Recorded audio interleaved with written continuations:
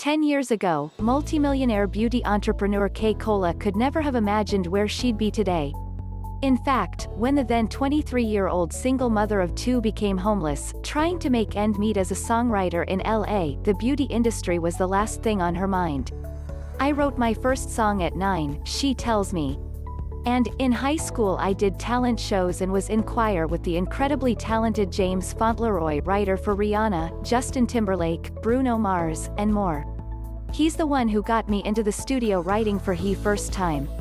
James was producing records with the Underdogs at the Edmonds Studio, owned by Babyface's wife, and I was signed as a writer. When a song she wrote for Charlie Wilson earned her a Grammy nomination not too long after, the odds seemed to be turning in her family's favor. From the outside, her life looked like a dream come true, but on the inside, a paid-per-success, salary-free workload meant she struggled to keep her head above water. At the time, I had 2 kids, my son was 5 and I had a newborn. I had no stability. I was always stressed out. I wasn't making enough money to survive, Cola tells me. As a music writer, you share the profit with other writers, so the split is very tiny. Living in LA and caring for 2 kids without help from their fathers, the cost of living is higher and everything I made was going to my kids. While she felt lucky to have had friends and family offering places for her family to crash, she knew it wouldn't be a sustainable solution. Eventually, Universal came to me and I couldn't say no. They signed me to work with rapper The Game and I needed the money.